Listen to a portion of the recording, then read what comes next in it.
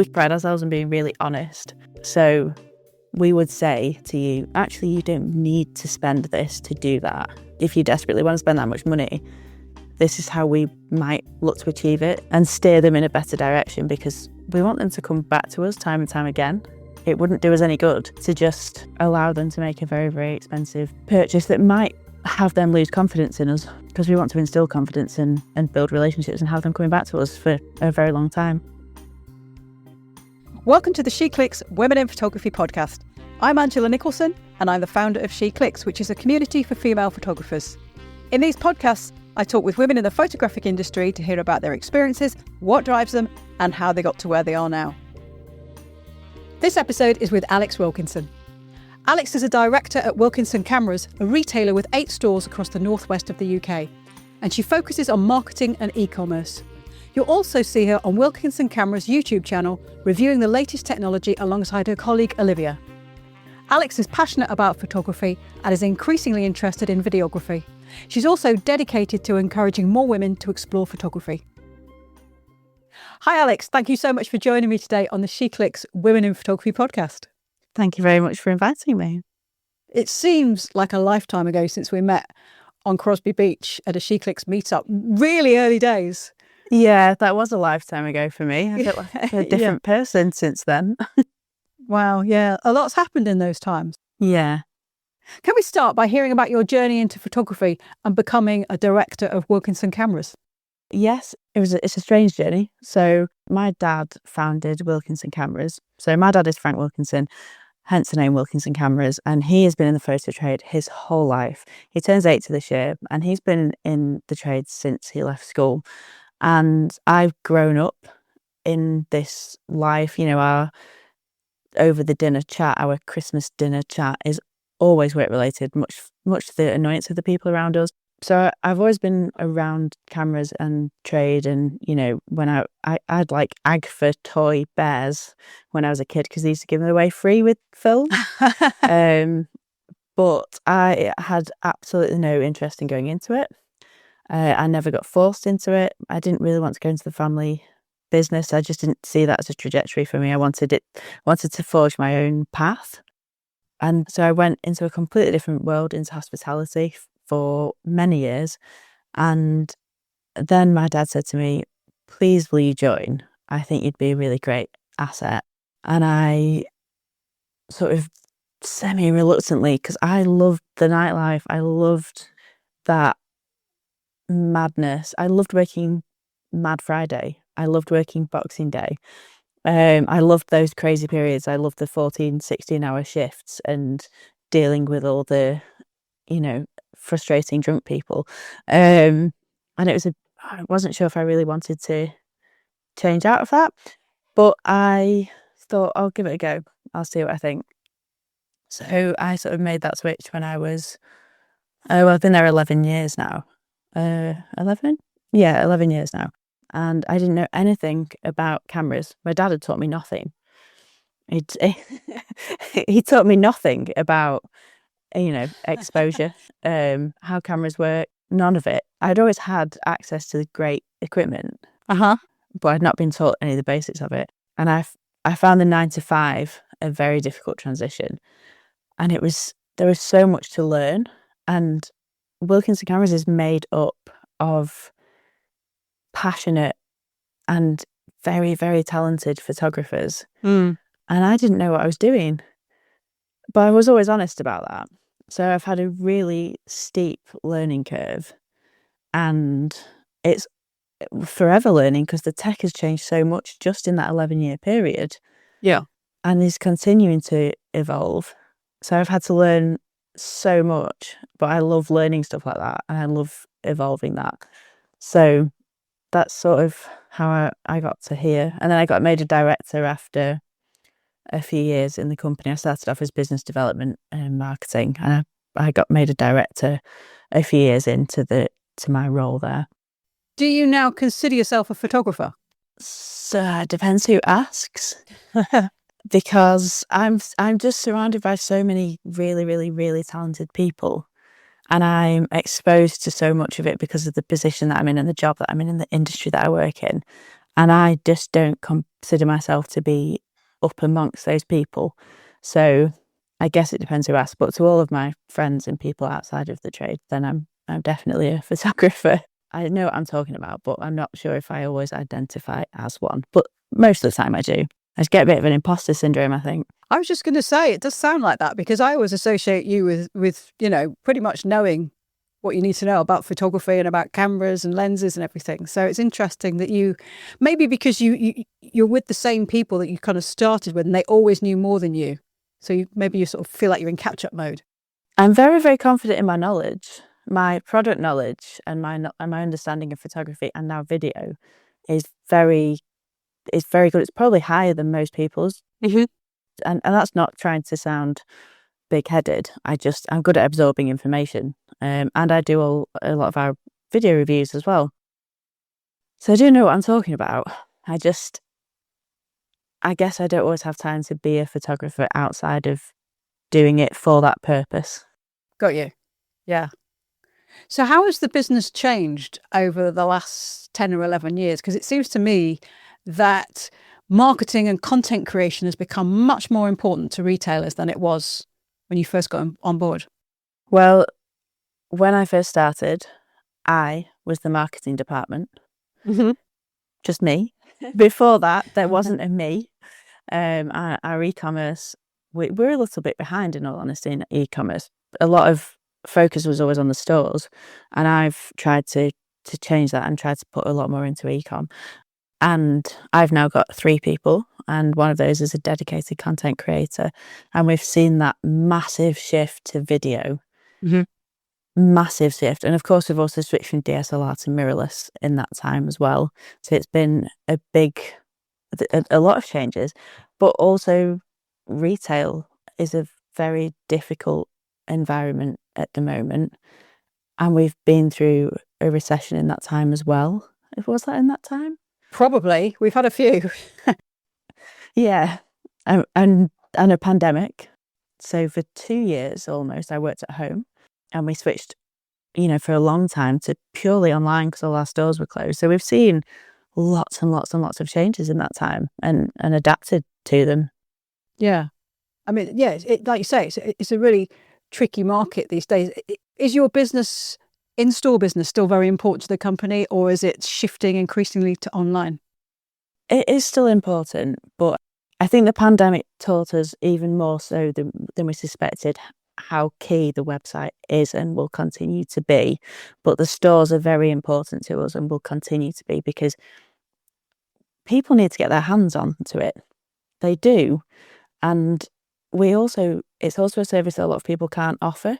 The manufacturers, okay, Fujifilm have got the house of photography, but not many manufacturers have their own shops, and we kind of hope that they don't have them, to be honest.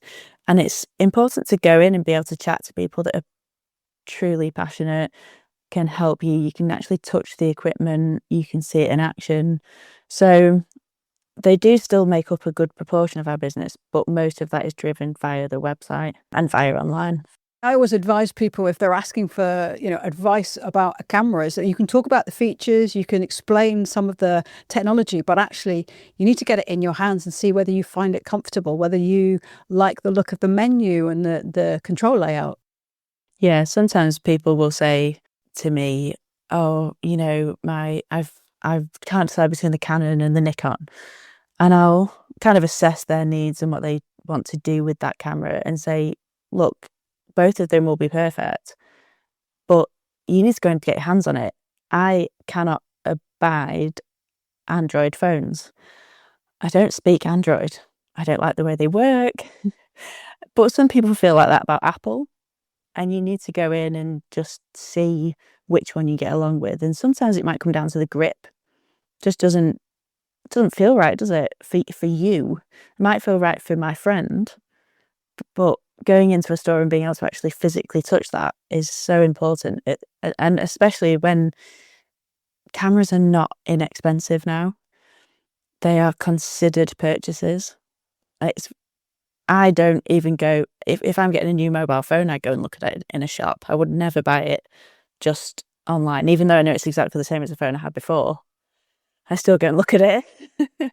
Yeah. And even though you're buying an iPhone, Yeah, Interesting. yeah. I need to see it exactly. Like I need to see the color in real life and Yeah. just double check it, because it's such a vast amount of money that I'm going to be spending on it. I want to make sure that it's correct.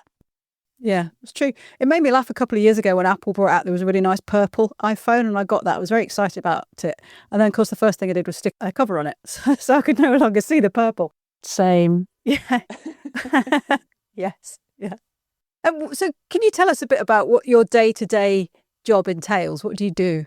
Well, I wear many, many hats because we're quite a small company, quite a small team. We all do different things, but I look after our website and I oversee our marketing department, which means that within that remit is all the social media.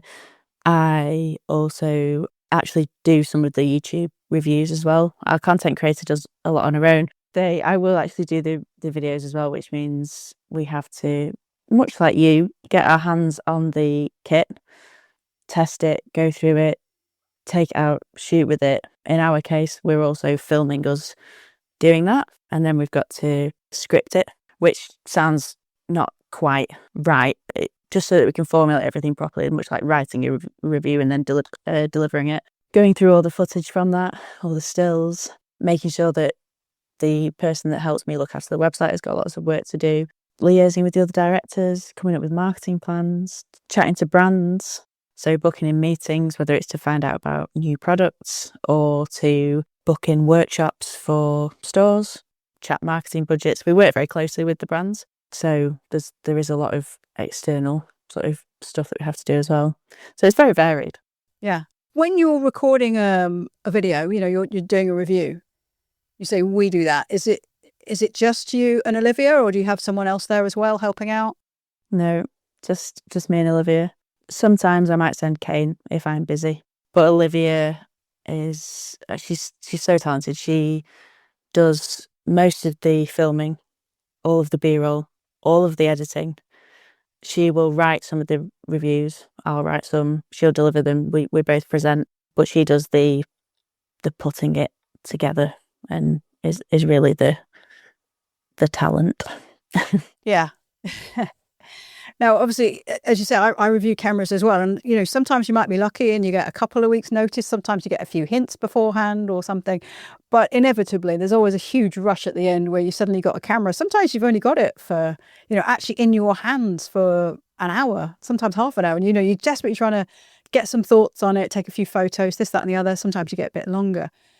And there's that sort of frantic peak in activity. How do you manage that with everything else that you've got to do? How do we do that? We both work very well on a deadline, and I work at my very, very best on a deadline. So I am the queen of just getting stuff in a panic. I probably work my best when I'm very, very stressed, but also it's quite a lot of long nights sometimes. Sometimes it can be late nights and long days. I would imagine you're similar because the products will come to you at the same time. It's kind of peaks and troughs, and at the moment it is crazy. Our calendar is just hideous, but then there'll be a few weeks where we're sort of going, don't know what to do with myself because we've been working so frantically. But I don't know, we just found a way to fit it in, don't you? Yeah, that kind of shows your level of interest, I suppose, like in the products and and being a photographer or videographer, because there is an excitement to it, isn't there? There's a buzz when somebody gives you a new piece of kit and you want to know, what does it do? How is it different? Do I want to upgrade? What's going to persuade people to buy this? Yeah, that's always the question. That's where the product knowledge comes in, because you have to be able to compare it to everything else that's around and work out who it's for.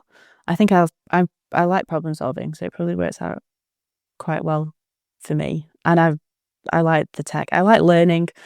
So I like learning about new stuff. When I first started, and video was sort of becoming more important, but I could still get away with just ignoring it because it was complicated. Whereas now I realise that I can talk about it in a way where nobody else understands what I'm saying and I get it.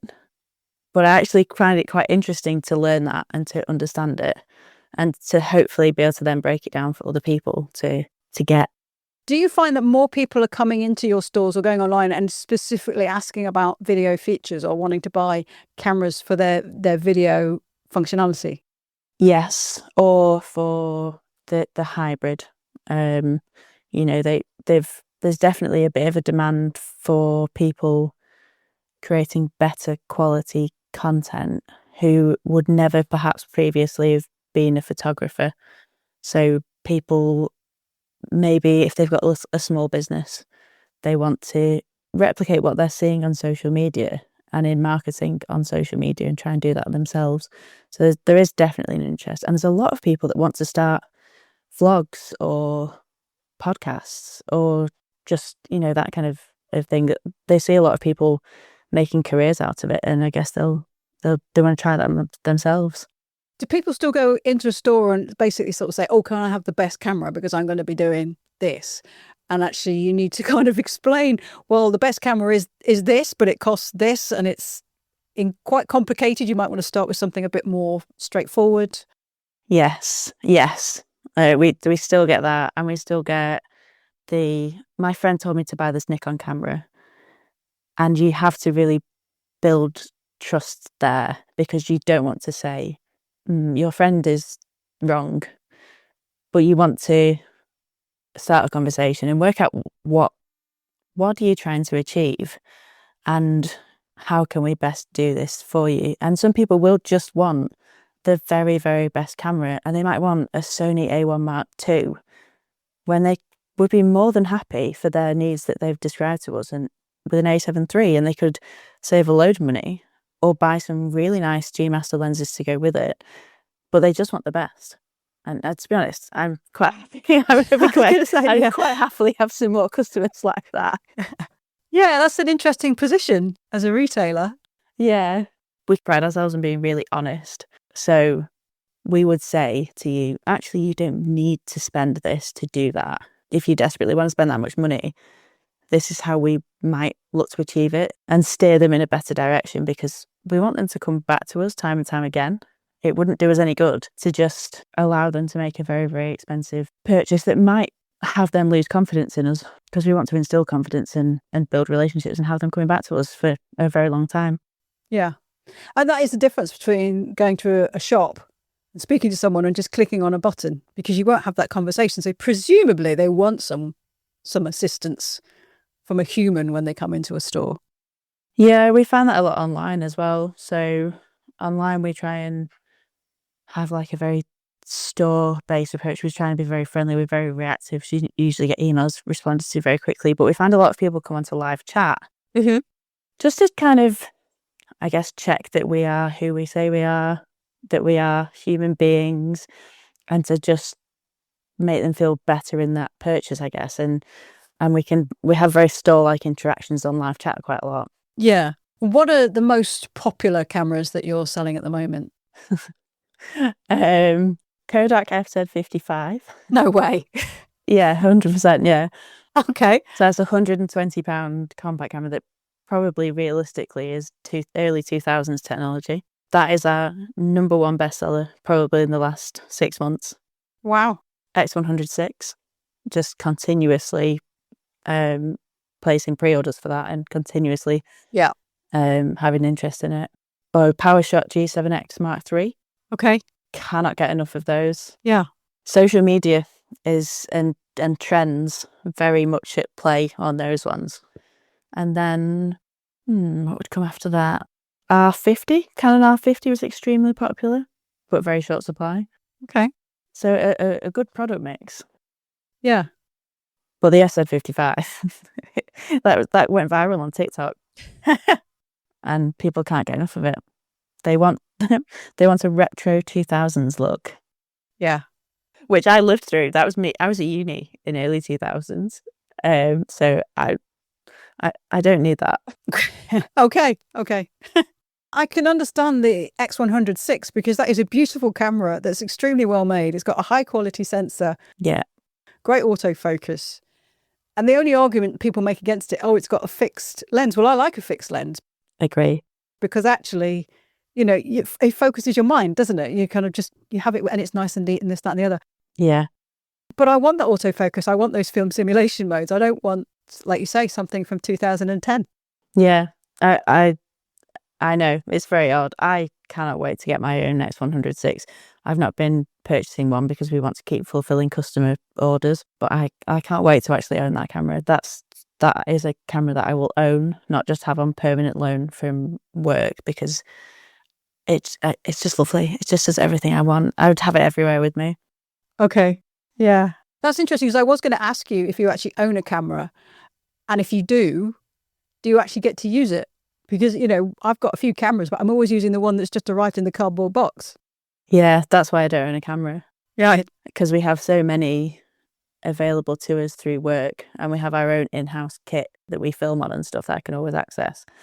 So, no, don't have a camera. We're even going to put an X106 into our kit at work so that people can loan it out from us and try it and have access to it, because it's not necessarily a camera that everybody can afford, even though it is less expensive than some that are coming out. Can we talk about the grey market? I mean, the prices are very tempting in the UK. How are they able to offer those prices, firstly? Well, mostly they're not paying VAT on them. A lot of the price difference comes from us having to pay VAT on those when we bring them into the country. Some, I've been told, are brought in quite in clandestine. They're actually snuck into shipments so that they're not, that the VAT isn't apportioned to them. I know that some do come direct from China. I don't know why they're not getting customs on them. That's the government's issue. That's what I don't understand, because it doesn't sound legal, so I can't understand how it's so blatant. No, I completely understand the temptation of buying grey. I also think a lot of people don't realise that they are buying grey. The websites look like they're UK websites. They look like they're based in the UK. It's all very tempting. It's hundreds and hundreds of pounds less expensive. And I get that, because that's a lot of money. The government needs to do something about it. They're missing a massive revenue stream, for one. Yeah. It's true. I mean, I think we'd all like to see prices be a bit lower, a bit more affordable, but it has to be a level playing field, I think. Yeah. And, as you said, there are some cameras where you can save £1,000. And how do we compete with that? Well, exactly. You might want to support your local camera retailer, but then you look at those prices and you think, Yeah. And I completely, I get that. I get that. It's not a tenner. It's not even £100. It's a lot of money. It's at a time where money is tighter than ever for most people. I really want people to support UK shops, but I totally understand that it's not necessarily their crusade at their level. It needs to come higher than that. It needs to come at a government level. And the government needs to realise that they're missing out ultimately. But also, I do wonder whether the manufacturers are supplying other countries at different prices, which is how they can afford to do it at that price. Yeah. I don't know. We're often banging the drum with the manufacturers and saying, you need to get this sorted, because anybody that's listening to this or watching it probably isn't in photo retail because they don't have time. But Canon UK get their stock from Canon Inc., just as an example. And Canon UK have numbers to make up, they have sales to make up. So they're losing out here as well. So they do find it frustrating. So we do talk to them and try and level it out. But I can understand it. And it's when you see a review and you see the prices across the world and it's $1,000 or £1,000 or a similar price in euros, you're kind of like, oh, hang on. Yeah.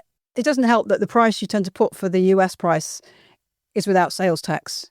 And in most parts of the US, they pay sales tax, which does bump the cost up a lot. But when you're just looking at the numbers, it's a bit galling. Yeah. I think the government needs to do something about it. And I guess I would just ask that if people looked into it in more detail and thought about the positives of buying from the UK, because I understand that we can't ask somebody to pay so much more money to support us, but we won't be here. There's other smaller dealers that won't be here, or they've gone. There's so many that have gone, and so many people don't have camera shops in their towns now because they've not been able to compete with Amazon or Grey or other options.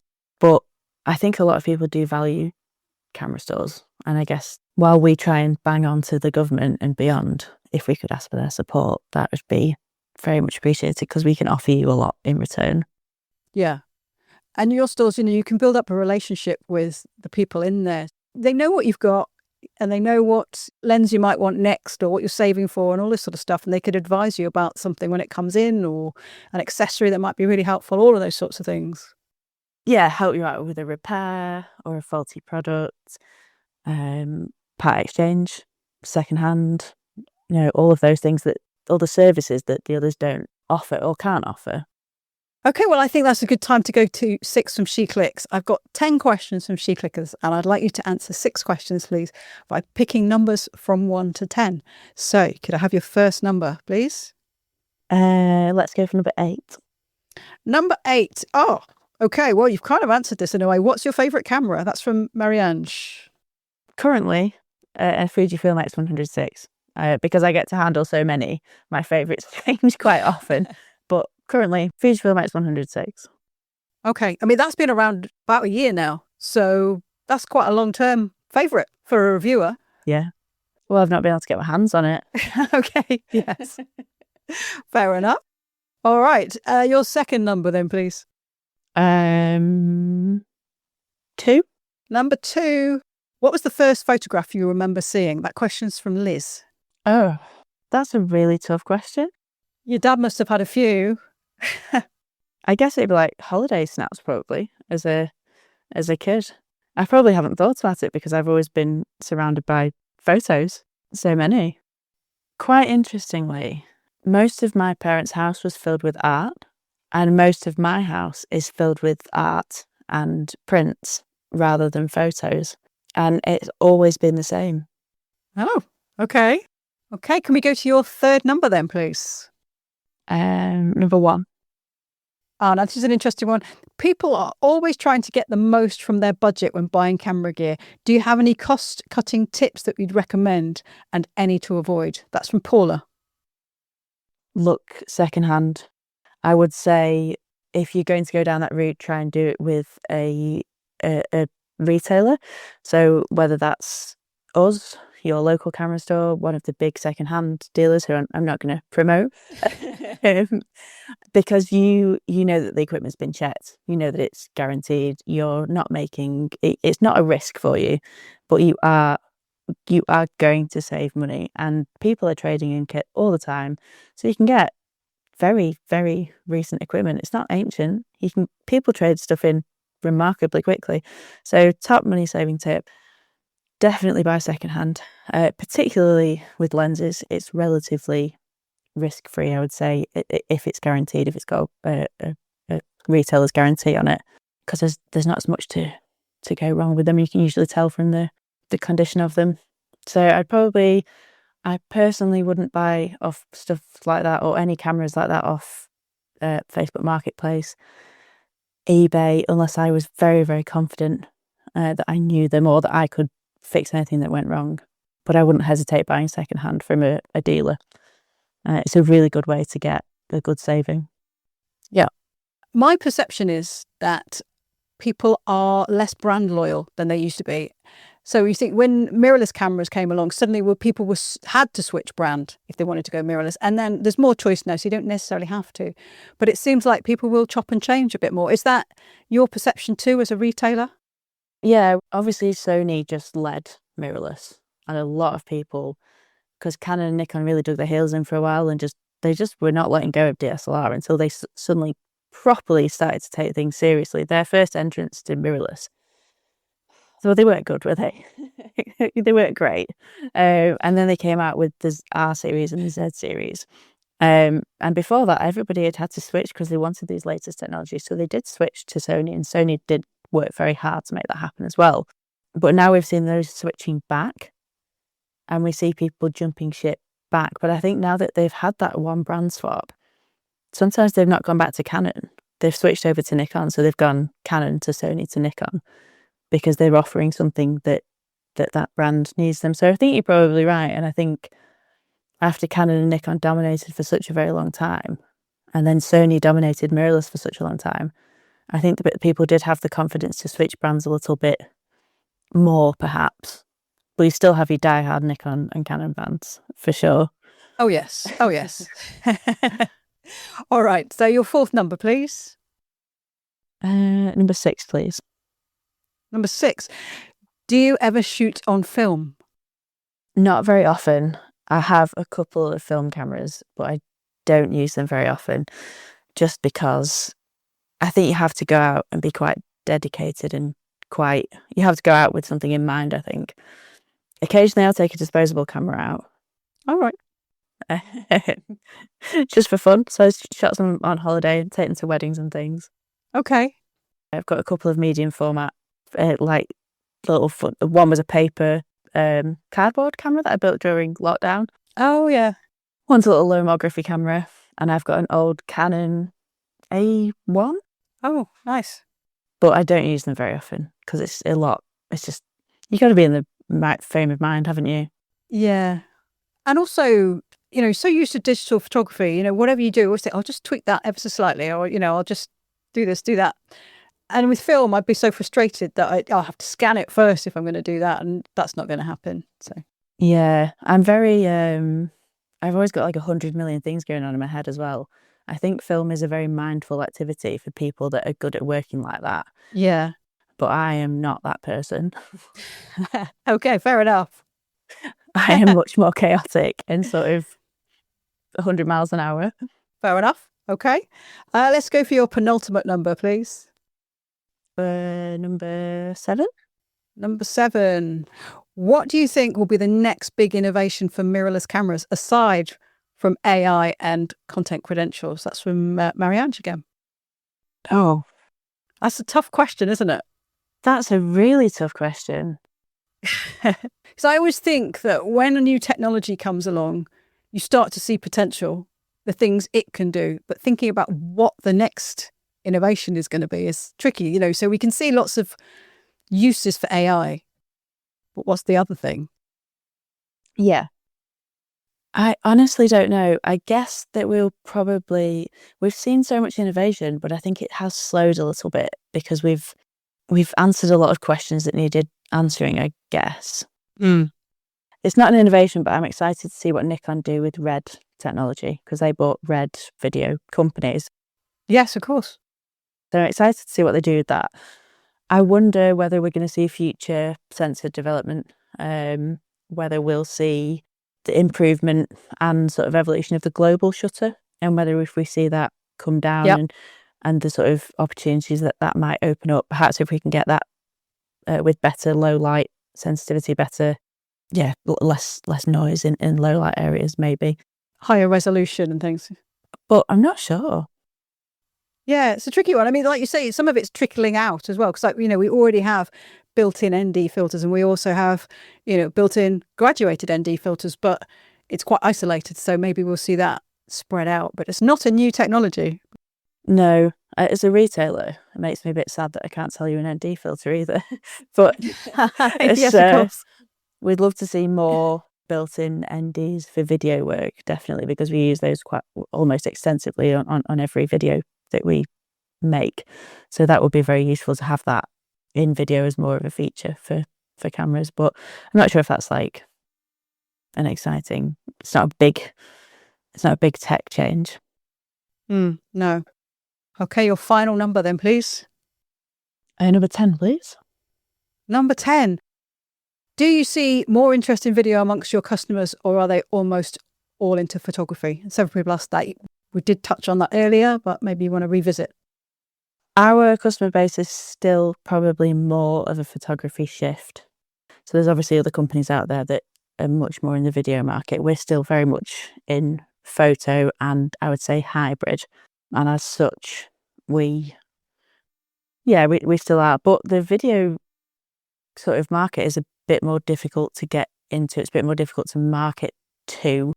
I think they're quite often a younger market, and they're much more fickle on the whole, which I don't mean in a negative way. It's just they're more difficult to acquire as a customer and more difficult to keep hold of. So I guess that we see more loyalty from the photo, so I'm probably more conscious of that, if that makes sense. Yeah. Yeah. Okay.